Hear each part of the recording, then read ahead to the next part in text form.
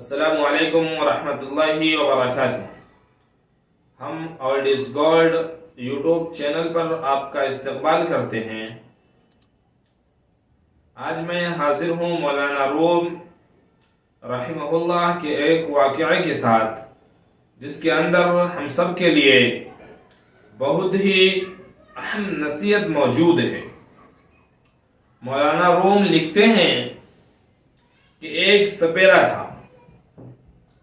سپیرا تو آپ لوگ جانتے ہی ہوں گے کہ سپیرا اس کو کہتے ہیں جو سانپوں کے ذریعے کھیل دکھاتا ہے اور پیسہ کماتا ہے۔ تو سردی کا موسم تھا، برف باری ہو رہی تھی۔ سپیرا شہر سے نکل کر جنگل کی طرف چل پڑتا ہے اور سانپ کی تلاش میں رہتا ہے۔ تو دیکھتا ہے کہ ایک بڑا اژدہا مرا پڑا ہوا ہے۔ سپیرا دیکھ کر خوش ہوتا ہے کہ چلو اسے شہر کے اندر لے جاتے ہیں اور اس سے پیسے کمائیں گے، اس پر ٹکٹ لگا دیں گے کہ جو لوگ دیکھنے آئے گا اتنا کا ٹکٹ۔ شہر کے اندر جو ہی پہنچا، لوگوں کے ایک جمع غفیر اس سانپ کو دیکھنے کے لیے آ گیا۔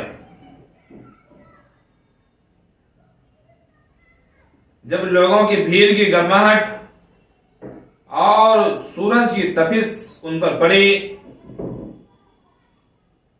تو وہ سانپ اژدہا جو اصل میں مڑا ہوا نہیں بلکہ برف باری کی وجہ سے سرد ہو گیا تھا، اس کا جسم سل ہو گیا تھا، جم گیا تھا، بدن کام کرنا چھوڑ دیا تھا۔ جو ہی دھوپ کی تپش اس پر پڑی، وہ اپنا حرکت کرنے لگا۔ سانپ جو ہی حرکت کرنے لگا، جو جس طرف منہ کیے ہوا تھا اسی طرف بھاگ پڑا۔ یہ سپیرا ابھی بھی تذبذب میں تھا کہ یہ سانپ مڑا ہوا ہے، یہ اژدہا مڑا ہوا ہے، حرکت کیوں کر رہا ہے؟ جو ہی سپیرا بھاگنے کی کوشش کی، اس اژدہے نے اسے دبوچ لیا، اسے کھا لیا اور اسے بھاگنے کا موقع نہیں دیا۔ مولانا رومی اس واقعے کے ضمن میں ہم لوگوں کو یہ بتانا چاہتے ہیں کہ ہمارا نفس بھی کسی اژدہے سے کم نہیں ہے۔ اگر ہم گناہ نہیں کر رہے ہیں تو اللہ تبارک و تعالیٰ کا احسان ہے، اللہ تبارک و تعالیٰ کا شکر ادا کرنا چاہیے، لیکن یہ ہمارا نفس ہے کہ اس اژدہے سے کم نہیں ہے۔